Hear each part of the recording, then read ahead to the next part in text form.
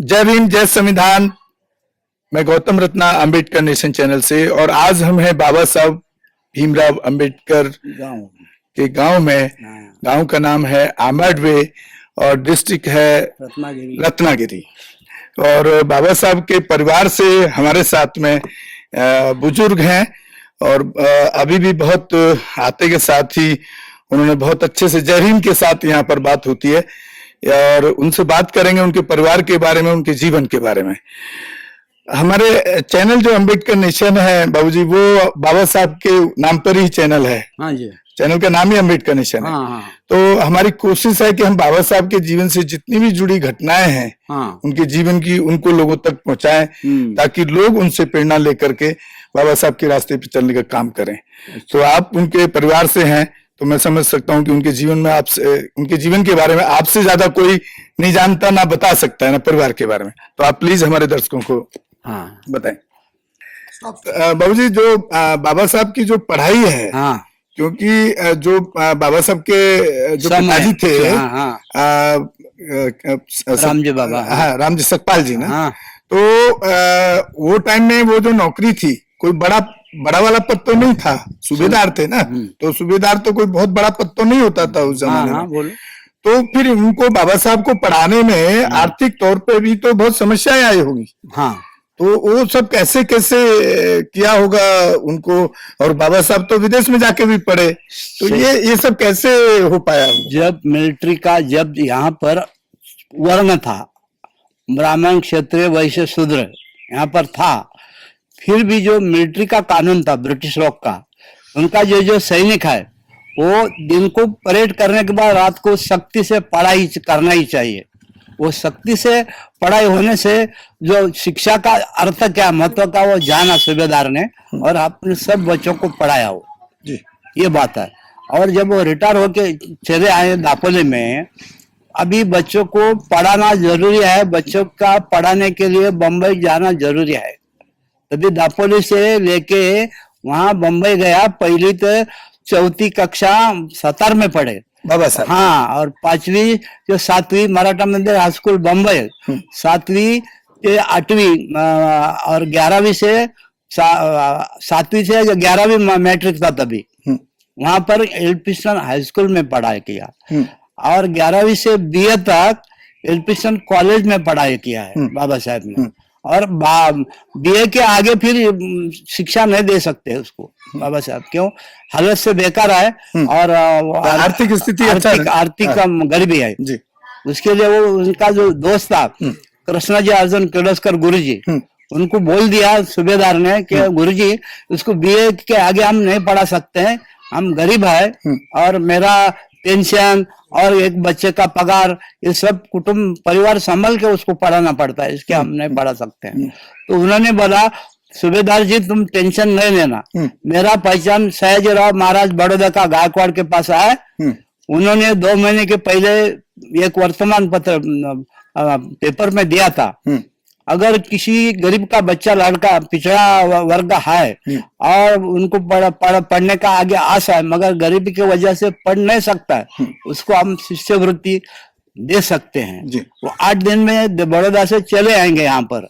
तो सयाजीराव गायकवाड़ जो आ गया, उनको वाल्केश्वर में बंगला था, तो बोला उसको मैं ले जाता हूँ, उसके सामने खड़ा करता हूँ तुम आगे का शिक्षा के लिए। वो ले गए और साहब ने खड़ा कर दिया, ये पिछड़ा वर्ग का है, गरीब का लड़का, इनका बाप मिलिट्री में पिताजी थे, सूबेदार मेजर, 50 रुपया पेंशन मिलता है, उनका परिवार बहुत बड़ा है, तो इतना सब संभल के उसको BA तक पढ़ा, आगे नहीं पढ़ सकता गरीबी की वजह से।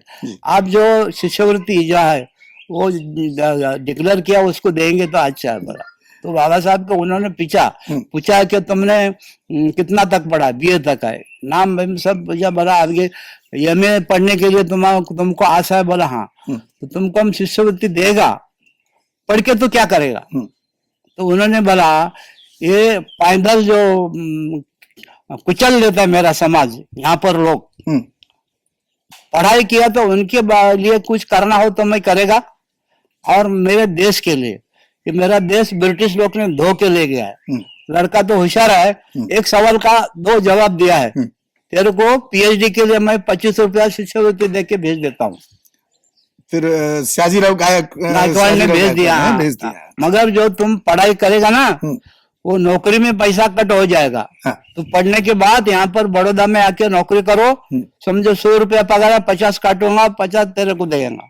या ऐसा जो करार हुआ उसमें सिग्नेचर हुआ जी। तो पढ़ाई करके आने के बाद यहाँ पर पिताजी का उम्र 65 साल का हुआ। तो बहुत हालत खराब था, घड़ी घड़ी बीमार गिरते थे। तो उन्होंने बोला बाबा तू बम्बई के इधर नौकरी कर और महाराजा का पैसा पेड़ करना। तो बोले बाबा ऐसा नहीं है, हमको सिग्नेचर किया, सही किया है, करार हुआ है, हमको तो जाना पड़ेगा बड़ौदा में नौकरी के लिए। तो पिताजी नाराज हो गए। क्यों? बाबा साहब भी कैचे में मिला, यहाँ पर पैदा करने वाला, पैदा करने वाला और उपकार करने वाला, क्या करूं? चले गए। चले जाने के बाद उधर रहने का भी मुश्किल होगा, मार बोल के वो पारसी के में बोर्डिंग में पारसी का नाम देके रह गए। बाद में क्या हुआ, 4 दिन के बाद टेलीग्राम गया, पिताजी का हालत खराब है, तुम चले आना। 4 दिन का छुट्टी डाला और चले यहाँ पर। क्यों? पिताजी तो अपने आंख में जान आके उसका रास्ता देखता था, भीमराव आया क्या बोल के। तो बाद में आया तो इसके दिल में बहुत कुछ विचार, पिताजी मिलेगा कि नहीं, मिलेगा कि नहीं। तो सूरत में आया तो पिताजी का ख्याल आया, उनको बर्फी खाने का बहुत आदत था, मीठा चीज जी। तो उतर गए। उतर जाने के बाद रेलवे चली गई। बाद में स्टेशन मास्टर को एक्सटेंशन करके फिर वापस आ गए। तो पिताजी देखता रास्ता। क्यों? बाद में वो डबकचल में परेड में था ना, तो आर्थिक सबूत हुआ तो 2 चाल या BIT चाल नंबर 50-51, तो उसमें एक पढ़ाई के लिए रूम खोली बाबा साहब को था और एक अपना घर परिवार को खाना पीना बनाने के लिए खोली था। तभी वो वहां पर उनका भी 2 फरवरी 1913 को गुजर गए सूबेदार वहां पर परेल में। ऐसा तो पिताजी गुजर जाने के बाद फिर तो 50 रुपए का पेंशन देने का। बाबा साहब के पिताजी बॉम्बे में? हाँ, बॉम्बे में गुजर गए परेल में। जी जी। 2 फरवरी 1913 में जी। ऐसा तो उसका दफन हुआ उधर वर्ली में। अभी उसका समाधि तो नहीं मिलेगा। माता जी का समाधि वर्ली में है, रमाबाई का। वो तो 27 अप्रैल 27 में 35 को वो गुजर गए। तो दादा वर्ली से वर्ली हो क्या है कल में? हाँ अच्छा। तो ऐसा ये सब हालत है।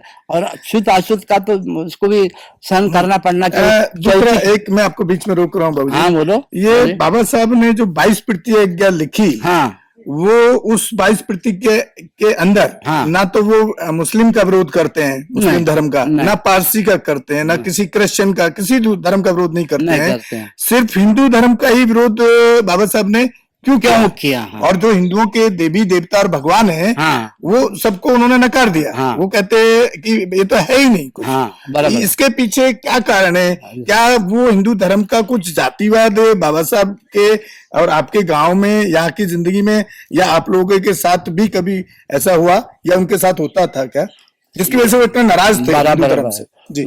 छल कपट जातिवादी के हिसाब में बच्चों के बड़ों को सबके ऊपर हो गया है। बहुत छल कपट हुआ है बाबा साहब के ऊपर भी पढ़ाई करने का समय में। जब पढ़ाई करने के बाद एक समय ऐसा आया था बाबा साहब का कि मुझे हिंदू धर्म छोड़ना नहीं है, हिंदू धर्म में ही रहना है। जो वो हिंदू पंडित है उनको सबको बोला उन्होंने कि ये धर्म अखिल मानवता का कैसा होएगा, अंदर जो अनिश्चित रूढ़ी है वो अलग करो, और अखिल मानवता का धर्म कैसा हिंदू बनेगा ये हमको करना है। तो अच्छा, आपका मतलब है कि बाबा साहब ने ये कोशिश किया कि हिंदू धर्म में ही एक जो जातिवाद का खेल चलता है, निकालना चाहिए, इसका वो खत्म होना चाहिए। पहले हिंदू धर्म में कोशिश की इसका। बहुत क्यों सुताचित का उसको भी ये हो गया ना, सेना का पढ़ना ना, उसके लिए उसने ऐलान किया। कालाराम मंदिर का आंदोलन मैं समझता हूँ कि शायद यही एक कारण था कि भाई उसी धर्म में अगर मंदिर में प्रवेश लोगों को मिलेगा तो हमको हिंदू धर्म क्यों छोड़ना है, अगर जातिवाद खत्म हो जाएगा तो। ऐसा हो सकता है। मतलब यह है तुम हमको 1910 में तो ब्रिटिश का राज था, उन्होंने जनगणना किया 1910 में। जनगणना में 5 कोटि अछूत निकला। 5 कोटि बोलो तो 5 कोटि अछूत निकला। वो कोई भी उसको छूता नहीं है। 5 करोड़ जो आप 5 कोटी बोले, 5 कोटी का मतलब क्या? 5 करोड़। 5 करोड़। हाँ, 5 करोड़ निकला।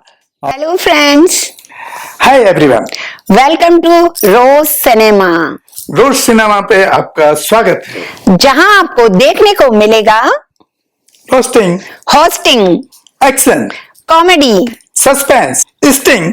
Untold story. हमारे चैनल रोज सिनेमा को लाइक शेयर एंड सब्सक्राइब करना मत भूलिएगा। भूलिएगा। मैं गौतम रत्ना आपका बहुजन फिल्म प्रोडक्शन में स्वागत करता हूं और आप हमारे प्रोडक्शन हाउस के अंदर अपना कैरियर बना सकते हैं as a film director, as a producer and actor and actress and editor and cinematographer also. अगर आपको फिल्म से रिलेटेड कुछ भी प्रोजेक्ट आपको बनवाना है तो हमारे पास में पूरा सेटअप है, जिसमें फिल्म कैमरा है, शूटिंग लाइट्स है और एडिटिंग है। सारा A to Z एक ही जगह पर आपको हमारे यहाँ पर मिल जाएगा। तो दोस्तों, आप हमें कांटेक्ट कर सकते हैं हमारे नंबर्स पर 9810085714 और 8510005714। हमारे वेबसाइट पे विजिट कर सकते हैं www.filmserviceindia.com और हमें मेल भी कर सकते हैं gautamfilmsproduction@gmail.com पर। धन्यवाद।